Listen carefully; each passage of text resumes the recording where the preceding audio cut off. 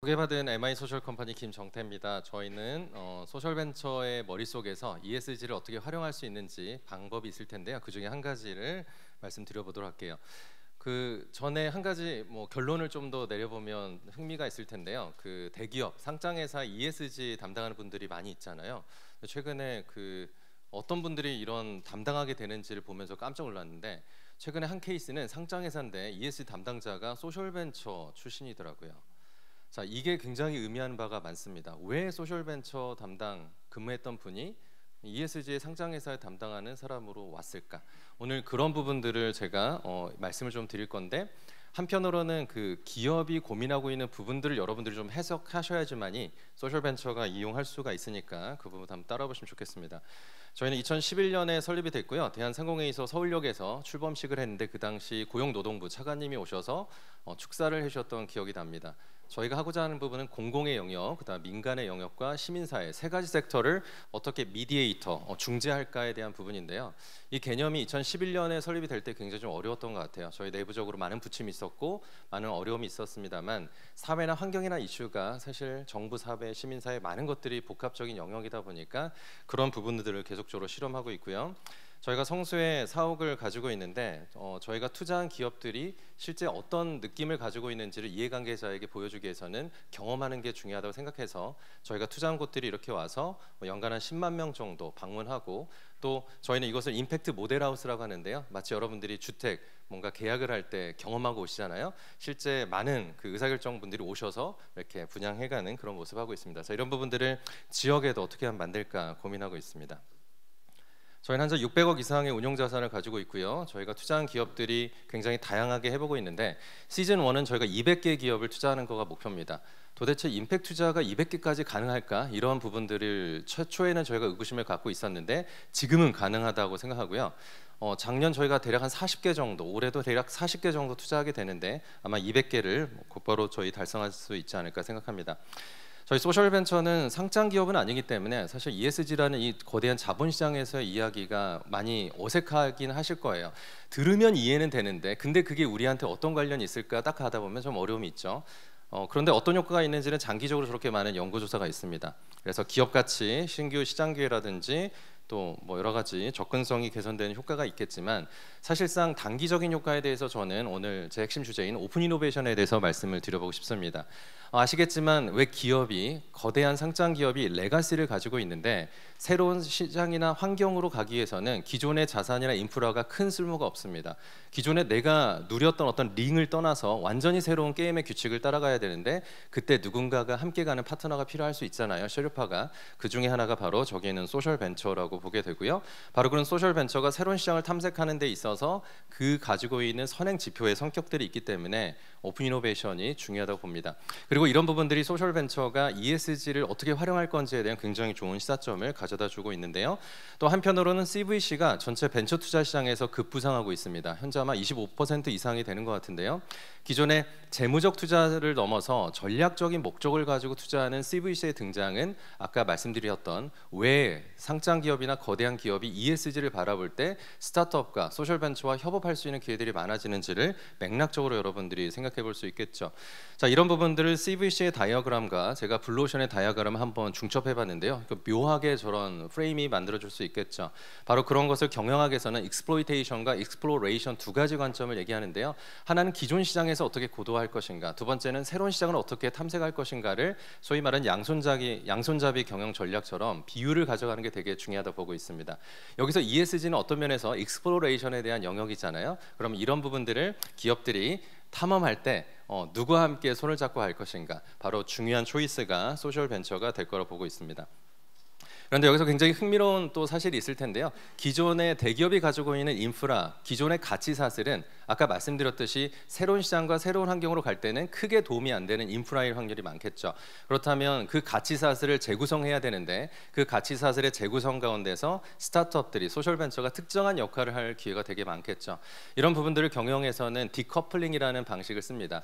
고객의 가치 사슬을 이해관계자 중심으로 재편을 하고 그 가운데 기존 기업이 제공하지 못했던 가치를 제공하고 있는 독특한 스타트업이 그 솔루션으로 결합하게 되는 순간 바로 이런 영역들이 성공할 확률이 확률이 굉장히 높아지게 된다는 거죠. 자, 이런 부분들을 저희가 아모레퍼시픽, 유한킴벌리, 현대자동차, LG전자 뭐 다양한 고객들과 함께 한번 해보고 있는데요. 흥미로운 지점들은 이런 ESG에 관련된 익스플로레이션이 실제 투자와 관련돼서 결합돼서 진행 사례가 되게 많다는 부분입니다. 투자와 또 이런 ESG, 오픈 이노베이션이 별개가 아니라 굉장히 융합되고 있다는 모습을 한번 보실 수 있을 텐데요. 5가지 사례 제가 압축적으로 요약하고 이따 토론 시간에 여러분들 질문 있으면 말씀해 주시면 좋겠습니다. 폐플라스틱은 재활용하는 방식이 크게 보면 2가지가 있겠죠. 하나는 물리적 재활용과 잘 아시는 거, 그다음 2번째는 화학적 재활용입니다. 물리적 재활용은 여러 가지 AI나 센서를 하더라도 사실은 어떤 한계가 존재하기 때문인데요. 이런 부분들을 화학적 재활용이라는 방식으로 우리에게 더 많은 가치를 만들 수 있습니다. 근데 이 슬라이드를 보시면요, 굉장히 복잡할 겁니다. 저렇게 다양한 이해관계자가 한쪽에서만 딱 길을 막으면 어떻게 될까요? 흐름, 혈액순환이 안 되는 거죠.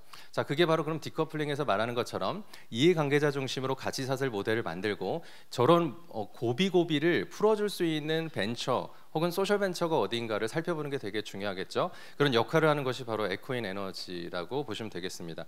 자, 사례를 말씀드린 것들은 저희가 다 투자한 사례라서 저희가 조금 더 이렇게 말씀드릴 수 있는데요. 저런 부분에서 핵심적인 고리가 있는데 그런 고리를 대기업이나 기존의 기업이 할 수 없는 분야가 반드시 있을 거고, 그런 부분들을 소셜벤처의 솔루션을 통해서 해결할 수 있다고 한다면 소셜벤처의 가설이 기존 레거시를 넘어서서 함께 비즈니스 모델을 만드는 것에서 있지 않을까 생각합니다. 자, 그래서 SK나 LG나 HS 칼텍스, 롯데케미칼, SN오일 같은 기업들과 가치사슬 연계한 비즈니스 혁신이 일어나고 있는데 한번 어떻게 될지 여러분들 계속 검색해 주시면 좋을 것 같습니다. 2번째는 폐섬유인데요. 섬유, 업사이클링이라는 부분들이 패션이나 의류 산업에서 굉장히 많아지고 있습니다. 근데 이 패션 섬유를 섬유로 다시 만드는 재생 섬유 부분들은 한국에서는 아주 기초적인 초보적인 수준인데요. 이런 부분을 하겠다라고 나선 곳이 바로 제주도에 기반을 두고 있는 제크린이라는 스타트업입니다. 기존 기성 기업들이 하지 못했던 것을 내가 한번 해보겠다 해서 가지고 왔는데 이것만 보시면 알겠지만 그거를 하기 위해서 통과해야 되는 가치사슬이 저렇게 복잡하다는 거죠. 그래서 이것도 동일하게 이해관계자 중심의 가치사슬로 만들고 저런 부분들을 함께 할 수 있는 파트너들이 연결될 텐데요. 그 중에 하나가 바로 일신방직이라는 72년의 역사를 가지고 있는 레거시 기업입니다. 이 기업이 기존의 레거시를 떠나서 새로운 시장으로 진출하길 원할 때 누구와 손을 잡는지가 굉장히 중요하다는 거죠. 다른 대기업일 수도 있겠지만 저런 이해관계자 중심의 가치사슬에서 어떤 부분을 우리와 함께 공략할 수 있는 스타트업을 만나게 된다면 저렇게 빠르게 협업이 될 수가 있을 텐데 이런 부분들을 한번 여러분들이 보시면 좋을 것 같습니다. 자, 뒤쪽은 좀 더 간단하게 말씀드릴 텐데요. 포어시스입니다. 해양 플라스틱 이슈가 요즘 굉장히 급부상하고 있죠. 근데 아시겠지만 해양 플라스틱을 바다에 가서 수거하는 것은 시간도 들고 비용도 들고 뭐 여러 가지가 좀 문제가 되죠. 근데 해양 플라스틱이 나오는 그 오염원이 있는데요. 바다에서 물론 버려지지만 많은 경우는 하천에서부터 쭉 와서 바다로 하구로 접어들게 될 겁니다. 저런 부분들은 원천적으로 하천에서부터 수거해서 전처리 과정을 통해서 저렇게 만드는 것이 바로 포어시스라는 것인데요. 정말 많은 레이버 인텐시브고 돈 잘 안 될 것 같죠. 그다음에 시간도 많이 들고, 하지만 저것을 할 수 있는 누군가만 있다면 저런 가치사슬을 만들고자 하는 대기업들에게 굉장히 중요한 도움이 될 겁니다. 그래서 실제 현대자동차가 엔진 포장재를 종이로 진행을 했는데요. 이 비용을 3년 동안 한번 해봤더니 저거로 교체하게 되는 순간에 코스트가 이게 훨씬 더 유리하다는 판단이 돼서 계속 쓸 수 있는 저런 부분으로 현재 제작이 되고 납품이 됐습니다. 자, 이런 식으로 해양 플라스틱이 어떻게 기존의 레거시의 가치사슬과 연결되어 가고 있는지 여러분 또 한번 보시면 도움이 될 것 같고요. 네 번째는 리아베스트입니다. 맥주 회사 같은 경우는 뭐 불가피하게 아시다시피 다양하게 맥주 박이란 거가 만들어지겠죠. 그럼 이런 부분들을 폐기하는 관점이 아니라 순환하는 순환의 가치사슬을 만들어 볼 수 있을 텐데 이것을 잘할 수 있는 기업들이 있을 거고, 그런 기업 중에 하나가 또 리아베스트인데 리아베스트는 저런 가치사슬 가운데 우리가 잘할 수 있는 부분들을 공략해서 저런 이야기를 만들어가고 있습니다. 마지막은 코드 오브 네이처인데요. 작년과 다르게 올해 ESG에서 가장 많이 빈도가 많아지는 단어가 생물 다양성입니다. 정말 많은 기업들이 생물 다양성이란 이 장기적인 아젠다를 어떻게 회사의 기업 가치와 연결할 수 있는지 고민하고 계시는데요. 어떤 면에서 보면 ESG의 영역 가운데 생물 다양성은 굉장히 업스트림에 관련된 아젠다로 봅니다. 그래서 뭔가 굉장히 구체적인 성과나 아웃풋을 만들기가 쉽지 않겠죠. 그래서 장기적인 플랜들을 만들어 가야 될 텐데 최근에 현대건설은 코드 오브 네이처라고 하는 독특한 굉장히 작은 규모의 소셜 벤처와 협업을 해보고 있습니다. 산불이 나면 자연적으로 복원될 때까지 몇십 년이 걸리겠죠. 그런데 이런 부분들을 조금 더 빠르게 복원될 수 있도록 이끼가 배양될 수 있는 환경의 배양액을 살포하는 다양한 솔루션을 가지고 있는 기업이 코드 오브 네이처인데요.